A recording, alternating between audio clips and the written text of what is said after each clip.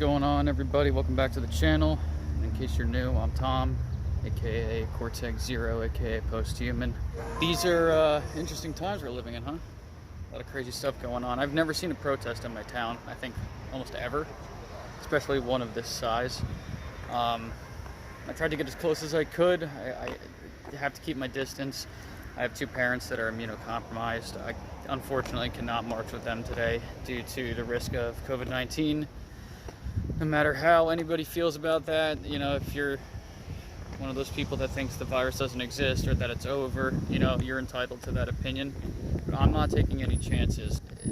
Like I've told you guys on the channel before, I'm pretty damn sure there's a virus. And I think that this conspiracy about the virus not existing is a distraction so that we don't actually investigate where it really originated from, and I think that's where we should be focusing. So this is, you know, I just wanted to put a little something together here so that you guys could see what the hell was going on. Quite the turnout. A lot of people I know, a lot of people I don't know. Completely peaceful. There's no violence whatsoever. I expect it to stay that way. You know, as you're going to see in the video, there's prayer and solidarity and people just, you know, showing up to support the human race, I guess, right? But at the same time, we have to also remember to focus on the matter at hand, which is the oppression of African Americans and other minorities in this country, which cannot continue to go on. Although I am white, I recognize that minorities are not treated fairly in this country, and that I may have it easier than some people, which is unfortunate. But if you've ever been on my YouTube channel, you also recognize that I am probably the least racist person you could ever find. I have many black friends, I have Hispanic friends, Muslim friends. It doesn't really matter. I don't, and like I've always said that I don't see color, but there was a gentleman that was just speaking that said that maybe that's not always such a good thing either, because if you don't see color, then you don't recognize the trials and tribulations and everything that they do go through. But for anybody that's watching this from my town, because I'm going to share this on Facebook, how appropriate is that? What are the chances I'd catch that one on the video, right? So if you're watching this video right now and you're on my channel and you happen to be from my town or somewhere near it, I just wanted to say thank you. I especially appreciate you taking the time to watch this video. As you can probably tell if you've been searching through my videos, it's a real mixed bag of content. But these kinds of things right here are the most important things, and I will cover this if it comes my way, and that's why I'm here. I wanted to also be able to share this with those of you that don't live anywhere near me. I have a lot of people subscribed to my channel that live abroad in Australia, New Zealand, Germany. I mean, the list goes on. I'm going to do a more extensive video on my thoughts and feelings about the events of the past few weeks. Most importantly, Mr. George Floyd's murder. You know, let me say this too. I just want to put this out there. I'm pretty desensitized to violence. I've seen some crazy videos on the internet growing up in the digital age. I've been exposed to some pretty horrific stuff.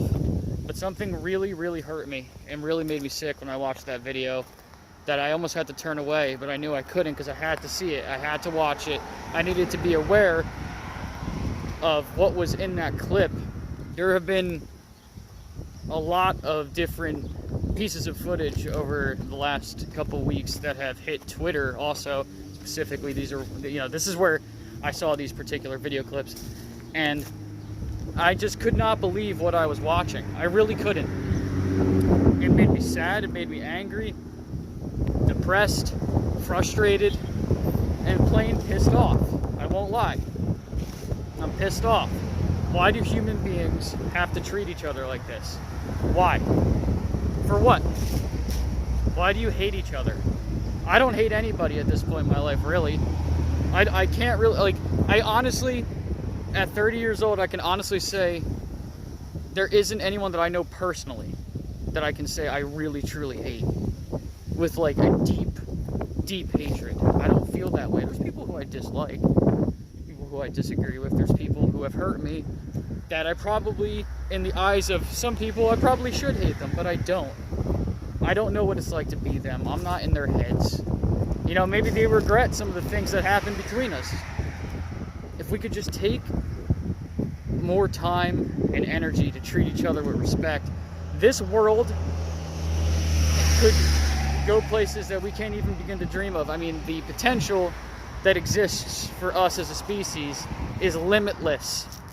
We should have colonies on Mars by now. Honestly, I really think that that is the case.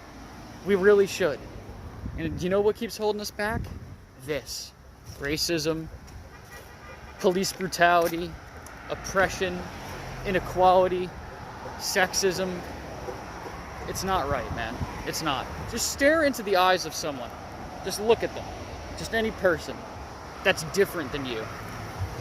And you'll notice that you see a reflection of yourself in their eyes. And they see the same thing. And there's meaning behind that. We are all human. We all have beating hearts. We all have brains. We are the same. Yes, we have our differences. Yes, we are different colors. Yes, we speak different languages. Yes, some of us way more than others. Yes, some of us come from different parts of the earth. And yes, we're all human. If you're someone watching this video who is racist, but maybe you're second guessing yourself on your feelings, I implore you to go watch American History X. I think that's a good movie that would probably have you thinking a little differently about your racism. And if you're not racist, and you feel like I do, and you're just watching my video because you support this cause, you support this movement, thank you. Because I, as strongly as I feel about these things, and as much as I speak about it, I haven't personally done enough. And I hope that today is the beginning of me doing more, doing what I can to help. There are a lot of people here. As you can see behind me, there are a lot of cars in this parking lot. And that's a beautiful thing to see in my town, which usually it's relatively quiet over here. We don't have a lot of big events. We do have like a winter parade. We do have some summer activities that go on, but we don't really have huge gatherings where something important is going on like this.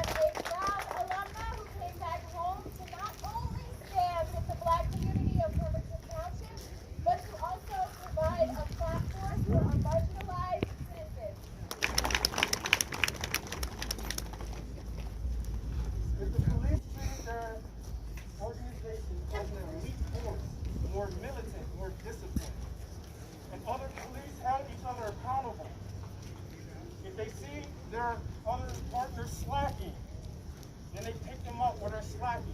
If you're at a job and you don't meet the quota, they let you go because you're not the fit for that job. They need to have some type of structure that resembles that. And what I've noticed in this town from Facebook, a lot of white people aren't even racist. They're not knowledgeable. And that's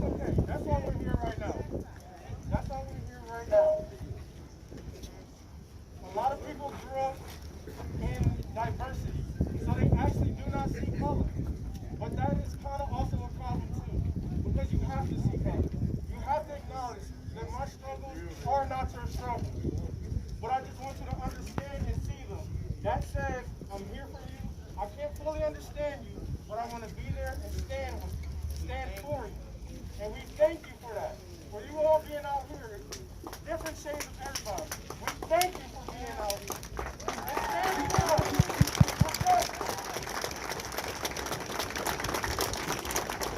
Why isn't my own town protesting alongside with the world?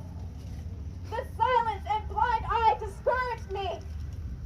When I vocalized my opinion about this matter, I was met with a lot of hate, ignorance, and racism in our own community. But I was also met with love, support, and encouragement, which drove us to actually start a protest in our community. So I thank you endlessly. I am forever grateful to our community. You guys give me hope. I have faith. Your love and power of unity is the reason why we are here united today. So let us not be silent anymore. Today we will be the loudest permanent township has ever been. For all the lands that haven't been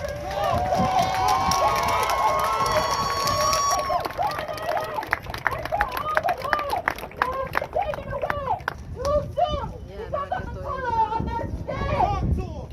Say his name. George Floyd. Say his name. George Floyd. Say his name. George Floyd. Black Lives Matter. All today, and I'm going to turn it over to Pastor Dickey. They will say more prayers and speak, and then we will begin our march. All right? We will make an announcement at the march beginning, and then we will set foot. All right?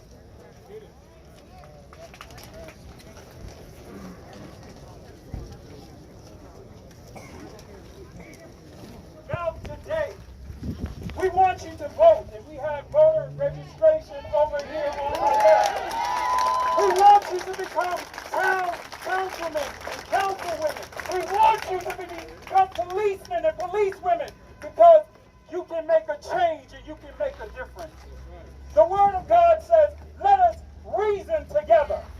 We have come together to talk to one another, to hear one another, to fellowship with one another, to listen to what it is that's grieving our hearts.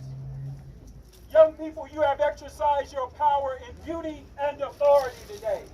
And I want you to not only think about this day, because we should think about the brother Floyd and the Floyd family, and we should think about other communities, and that is very important. But you have an opportunity today to do something about your community. And it starts block by block by block.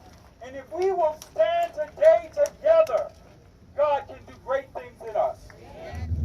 I may not be black, but I'm Puerto Rican and I'm proud of it, but I know what it's like. I know what it's like to be marginalized, but I will not say that I know what you are feeling because I really cannot say that. We are struggling to find peace and solace among the devastation and hatred which has exploded in this nation. We have thought that we were good and kind people, yet there are so many who hate each other. There's so many who wish each other ill. And we ask, oh Lord, where we have gone wrong. What have we done to make others dislike us so much as to come here and kill wantonly and without mercy?